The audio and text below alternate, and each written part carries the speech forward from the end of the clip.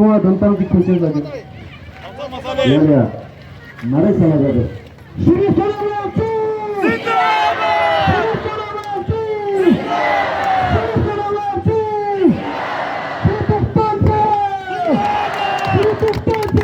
श्री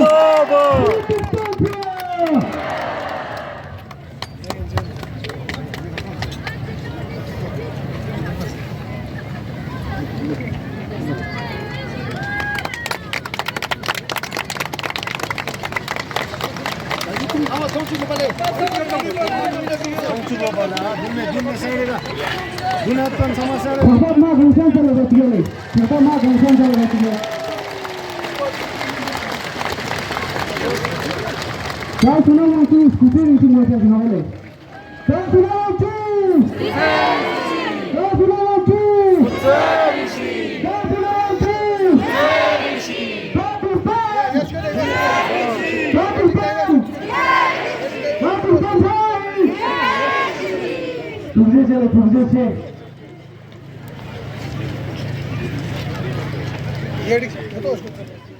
लद्दाख हमेशा आभारी रहा है मुख्य धारा का, भारत सरकार का, कि हमेशा से लद्दाख को एक विशेष दर्जा दिया गया।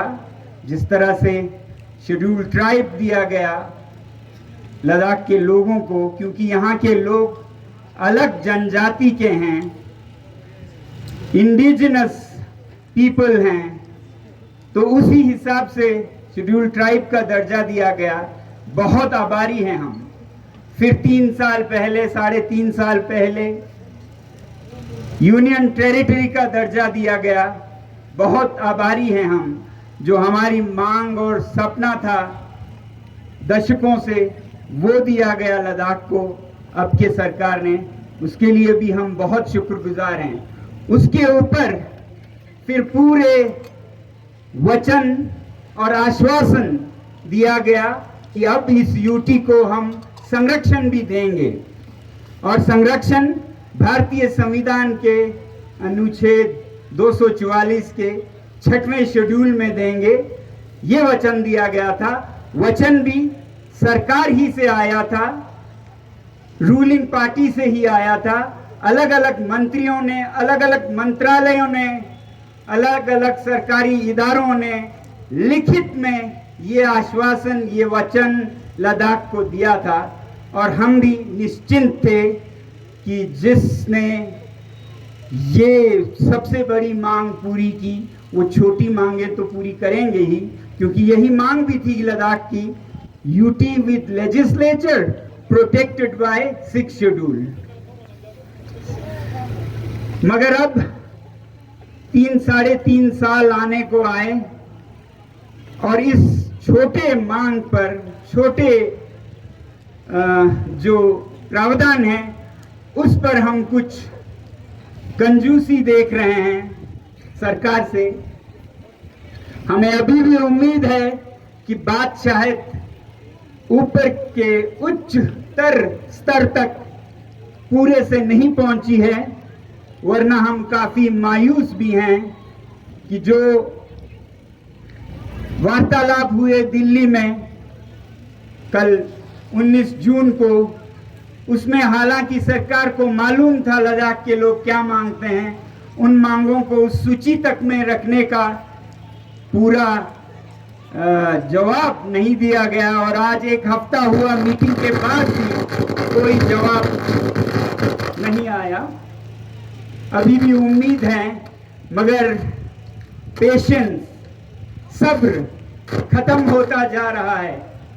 मुझे डर है कि इस हद पे, इस दर पे अगर सरकार अपने वचन से पीछे हटती गई तो लद्दाख के लोगों का दिल टूट जाएगा, और लद्दाख के लोगों में जो जज्बा है देश के लिए, जो देशभक्ति है, उसमें भी कमी आ सकती है। डर ये नहीं है कि लद्दाख के लोगों का देशभक्ति, राष्ट्रभक्ति दिल्ली या मुंबई के लोगों से कम हो जाएगा। डर मुझे ये है कि यहाँ की देशभक्ति दिल्ली और मुंबई के कहीं बराबर ना हो जाए। दिल्ली और मुंबई में जो शहरी हैं, जो कि दिल्ली भारत के दिल में रहते हैं, मैंने बहुत देखा है उनकी देशभक्ति को।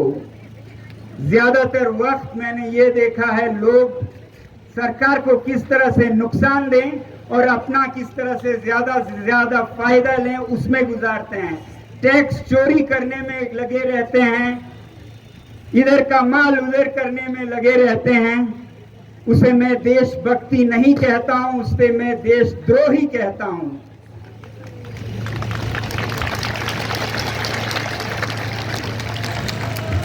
मगर लद्दाख के लोग गरीब हैं, संसाधन ज्यादा नहीं है, मुश्किल में गुजारा करते हैं, मगर उस पर भी दिलदारी देखिए। अपने छोटे काम धंधों को छोड़कर देश के लिए लड़ने को निकल पड़ते हैं फौजी भाइयों के साथ। यहाँ पर जितने भी युद्ध हुए, वो चाहे सन 48 का कबायली युद्ध हो पाकिस्तान के साथ, वहां वो निकले थे फौजियों के साथ बिना कुछ मांगे, स्वयं सेवियों के रूप में, वॉलंटियर्स के रूप में। फिर 65 की जंग हो पाकिस्तान के साथ, या 62 का जंग हो चीन के साथ, या 99 में का कारगिल युद्ध हो, हर एक जंग में लद्दाख के लोग फौज के साथ कंधे से कंधा मिलाकर उनके लिए रसद पहुंचाते, उनके लिए मदद करते युद्ध स्थल तक। और महिलाएं अपने घरों में पकवान बनाकर उनके लिए ले जाते हैं। उन्होंने कभी किसी चीज की मांग नहीं की, इसके बदले हम ये देंगे। जबकि दिल्ली में मैंने देखा है कि वो फौजियों के वर्दियों से भी पैसा कमाते हैं, उसको भी काट कर, बंदूकों से तक पैसा इधर का उधर करते हैं। तो वो देशभक्त हैं, या मैं कहूंगा चीन के एजेंट हैं, जिनके वजह से शायद युद्ध हो तो शायद भारत पिछड़ जाए, क्योंकि ऐसी वर्दियां पहनकर ऐसे बंदूकें लेकर जाएं जिसमें गपला हुआ है तो क्या लड़ेगा भारत। मगर लद्दाख के लोग वो दीवार हैं, वो शान है जिसका दावा न चीन कर सकता है न पाकिस्तान। चीन अपने फाइटर्स का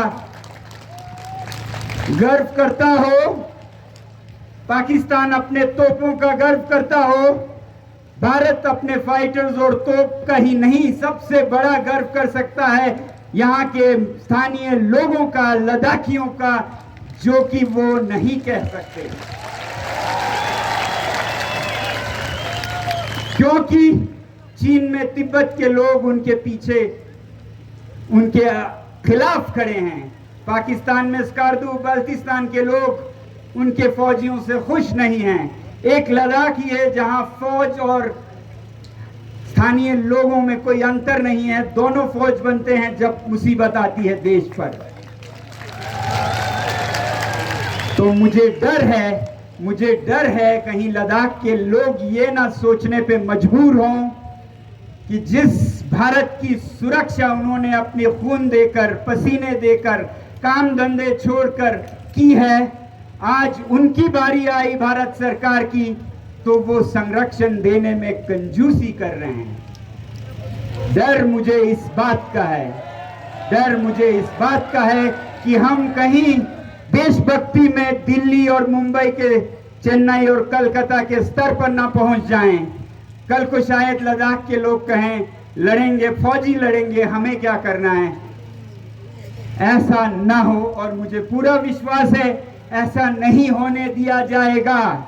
मुझे पूरा विश्वास है कि भारत को जो लद्दाख ने अपने तरफ से कम संसाधनों में भी किया, उसका वो कदर करेंगे। और ये तो कुछ हम मांग भी नहीं रहे हैं, हमें तो चांद सितारे मांगने का भी अधिकार है, मगर हम नहीं मांग रहे हैं। हम सिर्फ आपके वचनों को पूरा करने का आश्वासन मांग रहे हैं।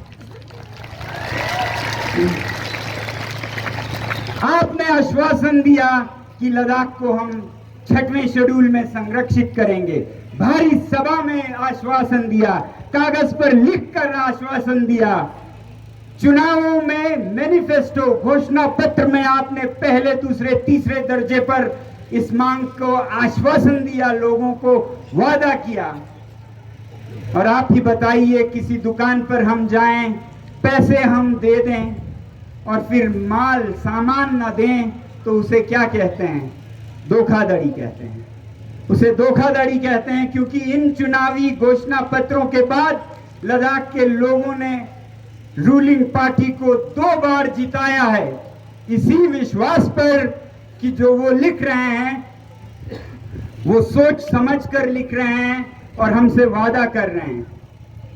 अगर सोच समझ कर नहीं लिख रहे थे तो फिर एक नासमझ पार्टी है जो काबिल नहीं है इस देश को चलाने के। अगर सोच समझ कर लिखा है,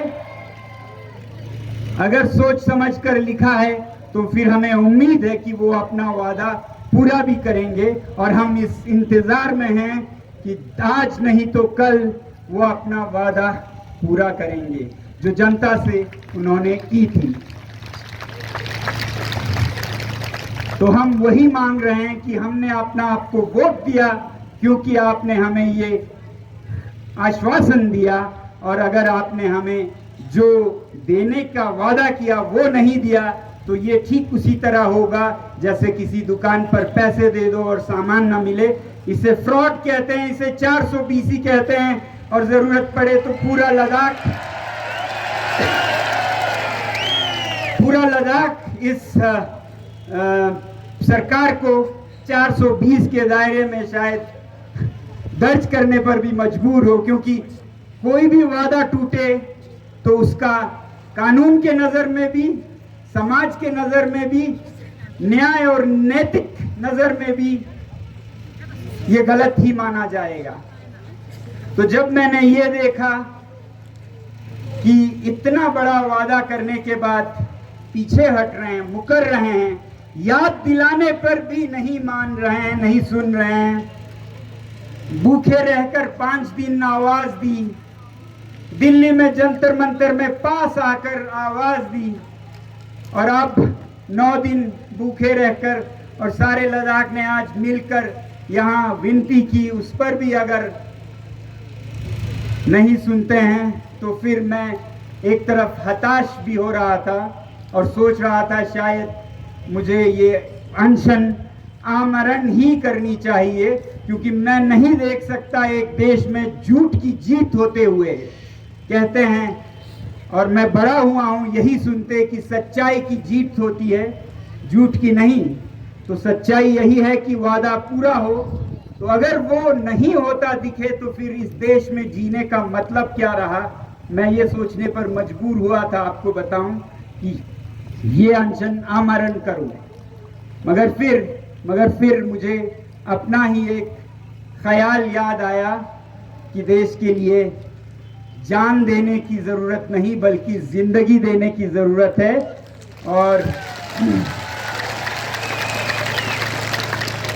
और इस संदर्भ में कहें तो सच्चाई के लिए जान देने की जरूरत नहीं है, जिंदगी देने की जरूरत है, क्योंकि जान के साथ सच्चाई भी मर सकती है।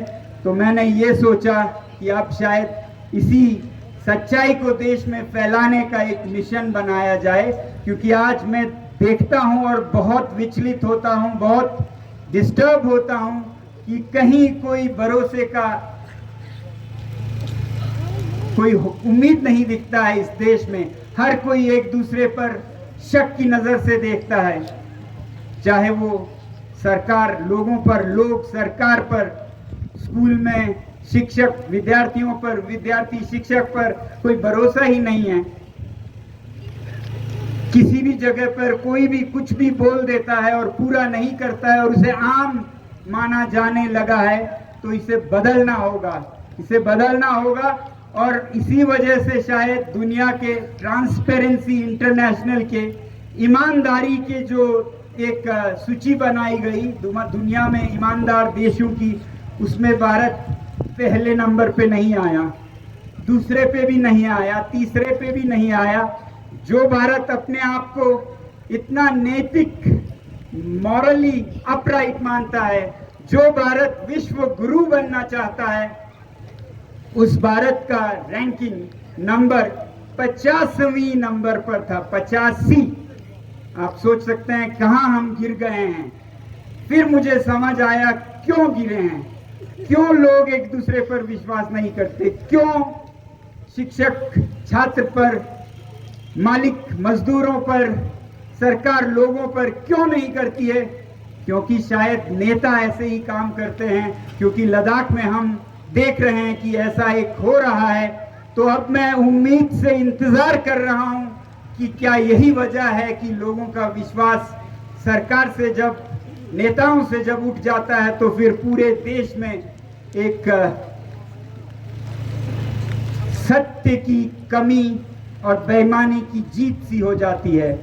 तो मैंने ये सोचा है कि अब मेरा एक मिशन ये होगा कि भारत के हर कोने में जाकर लोगों में ईमानदारी के बारे में बता सकूं, ताकि ट्रांसपेरेंसी इंटरनेशनल में भारत पहले 5 देशों में आए।